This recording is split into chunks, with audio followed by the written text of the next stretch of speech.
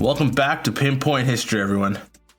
When last we were all together, Harold Hardrada, the King of Norway, invaded the Anglo-Saxon Kingdom of England, and the Norwegian king was aided by Tostig, the English king's brother, lending the conflict a sprinkle of Shakespearean flavor.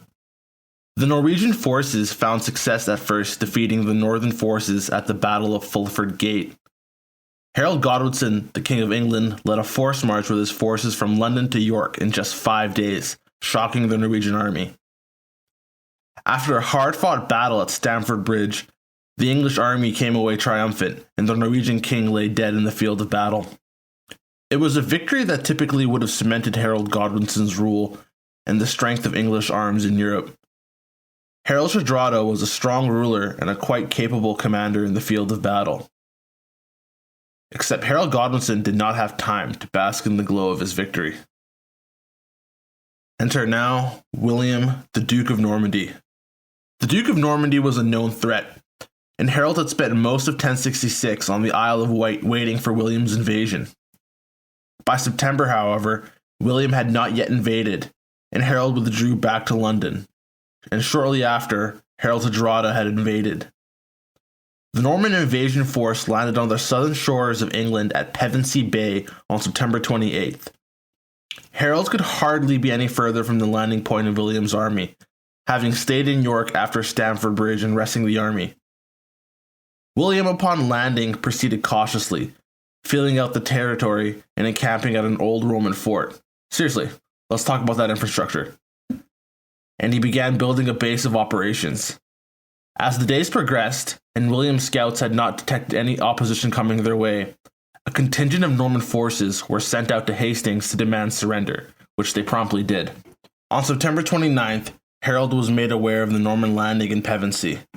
Harold sent out orders to his brother Leofwine to gather up forces and left York with his professional troops. And just as a quick FYI, Harold has 2 more brothers, the previously mentioned Leofwine and his other brother Gurth, both non-traitors.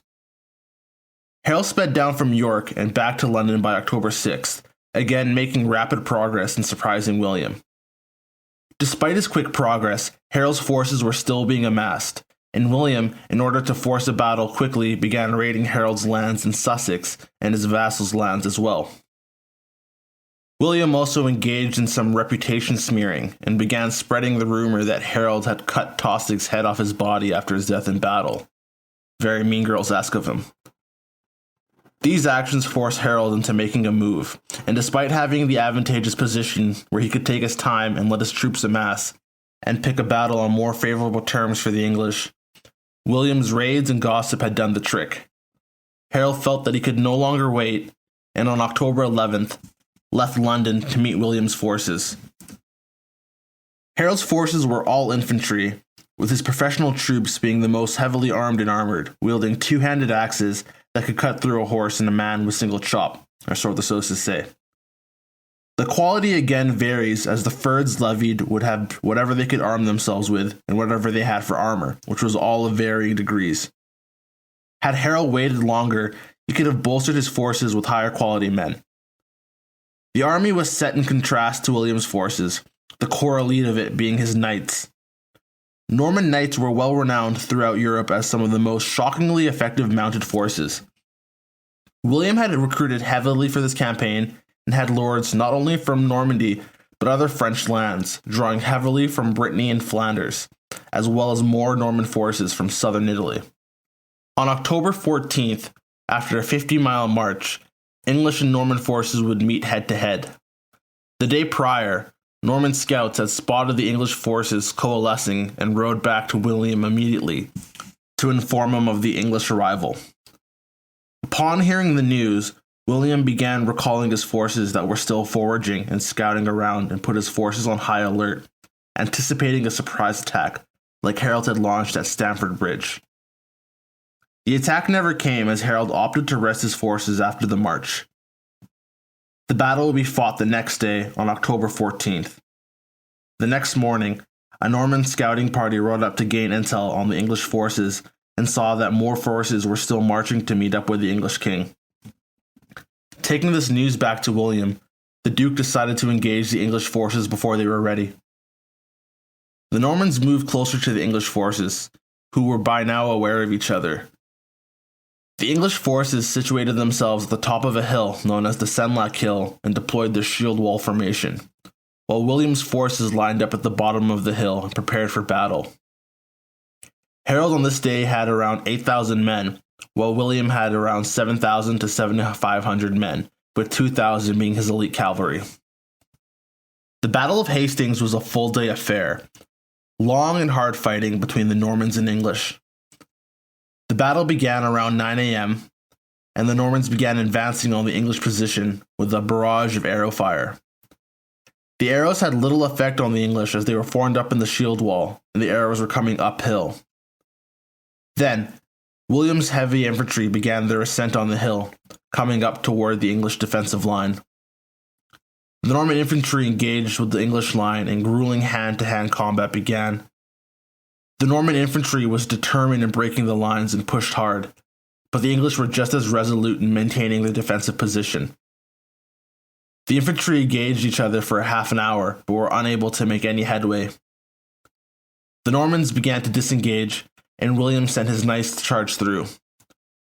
The knights were forced to ride uphill with their horses and had to go uphill again while carrying their fully armored riders. The impact the cavalry had on the shield wall was minimal. To make things worse for the Normans, when either their infantry or cavalry strayed too close, the shield wall would open up and one of the huscarls, the professional fighting force of the army, would come through and cleave in half whoever had gotten too close. A rather unfortunate way to go. Eventually, the Norman left flank began to have enough and began to descend back down the hill. Seeing their foes take flight, the English forces on the right began to chase after their fleeing foe. Harold sent orders for the right flank not to break formation, but they were not heeded. The charging English force chased their enemies down and began cutting them down.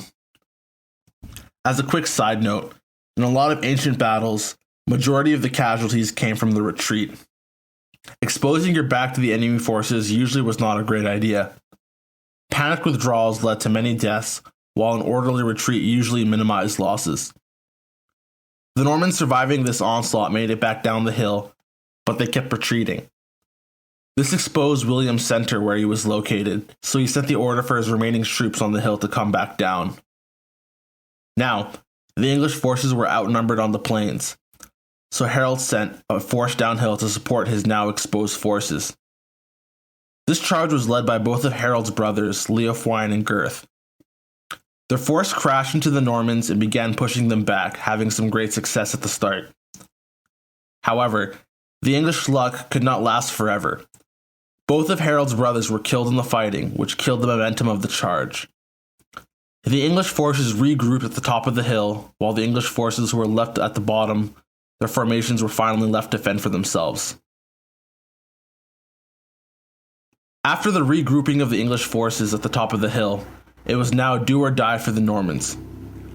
Rumors had spread through the Norman forces that William had died in the fighting. William took off his helmet and rallied his men, showing them he was still alive. The retreating Norman forces who had been scattered by the English right flank had been regrouped by William's half-brother, the Bishop Odo of Bayeux. Medieval priests were not allowed to draw blood, so like all humans, they found ways around that bit of nonsense and used club-like weapons like maces or staffs, because there's no prohibition from bonking your enemies over the head. And if you don't kill them, you just let them develop CTE, which is quite the long-term play here. William also led a small force of knights and eliminated the now exposed English forces. Out of position and unable to resist the charge, they were all killed. After this turnaround for the Norman forces, an intermission of sorts would have occurred. The fighting had been hard, and both sides needed a time for rest and food. It reminds me of a halftime break in football, the North American version for all you European listeners. Both forces were probably drinking some medieval version of Gatorade, which in all likelihood was probably just watered down wine, eating some bread, and checking to make sure that your work best friend is still alive and didn't get lanced through the heart or cleaved in twain by an axe. Here's where our situations begin to change for both armies. Harold, as the defending force, could afford to draw this engagement out.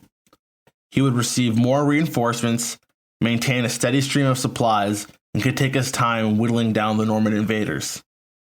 William, as the invader, needed a decisive victory, and quickly. Harold had William pinned down in the south, and if the conflict raged on for a few more days, William's supplies and manpower would dwindle down. Both armies, now hydrated and fed, lined up in their formations again. William sent his forces up the hill, and they began fighting again in brutal hand-to-hand fighting like in the morning. This time, William had a plan. Small groups began to retreat in terror, but unlike the first time, this time it was a trap. The English forces would burst forward and begin chasing their enemies, but the cavalry would wheel around and charge into the now exposed infantry. This tactic was used several times throughout the afternoon and to great effect. This began to thin out Harold's more professional troops, who were heavily armed and armored, who were in the center mainly, but had been dispersed along both flanks to reinforce the shield wall. William was like a shark smelling blood now.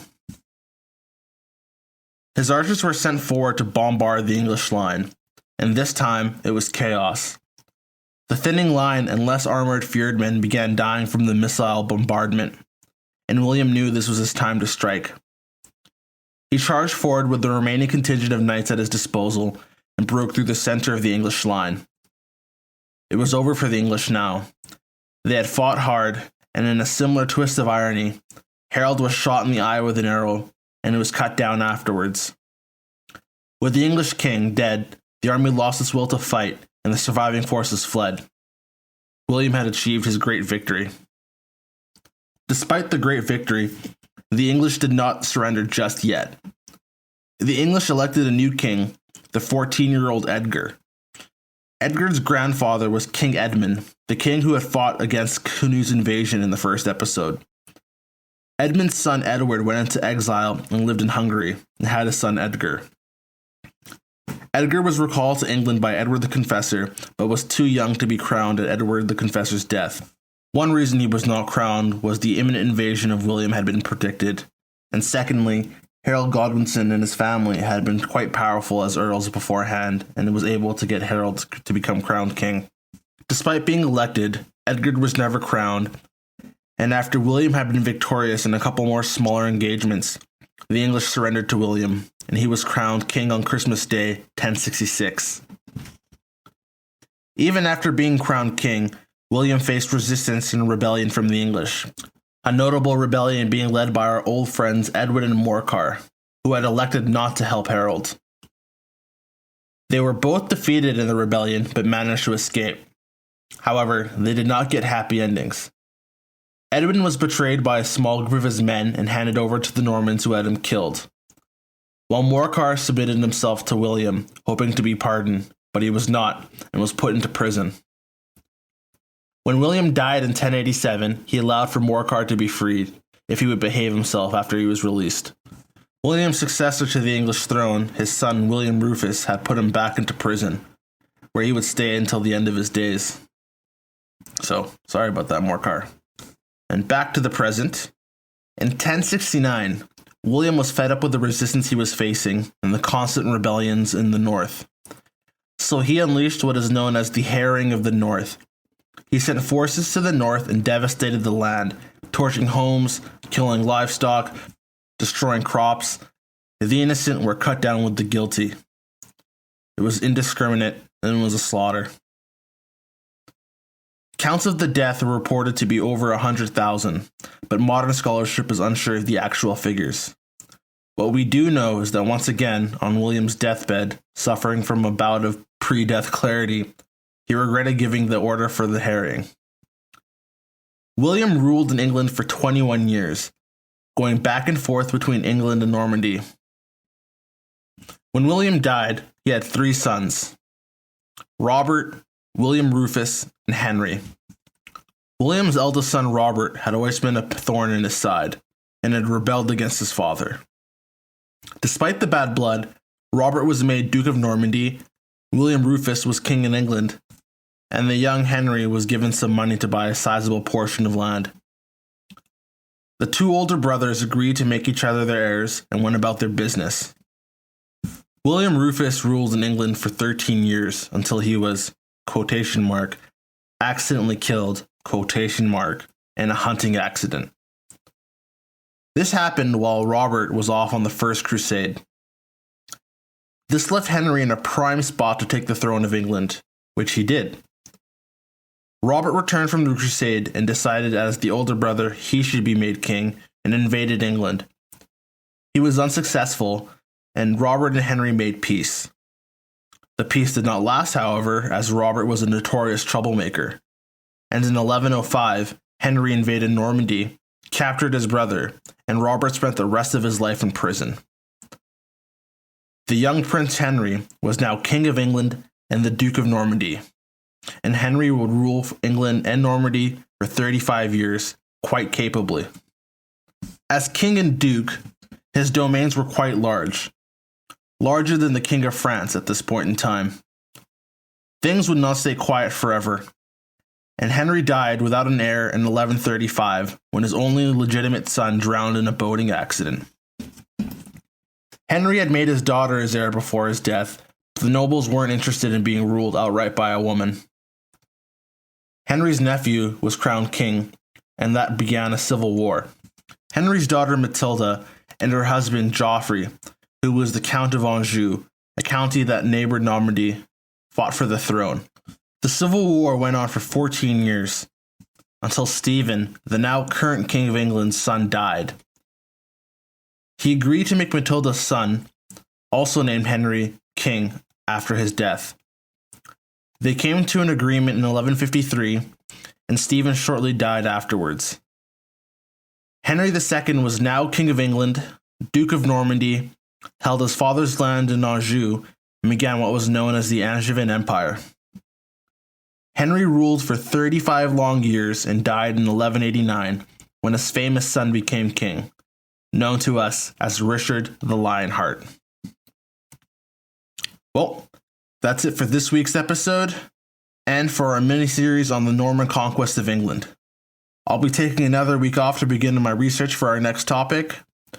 If you want some hints as to what I'm planning, follow me on Instagram at Pinpoint_history. If you're enjoying the podcast, please give it a 5-star rating wherever you're listening to it. I'll be back soon. Let's get it.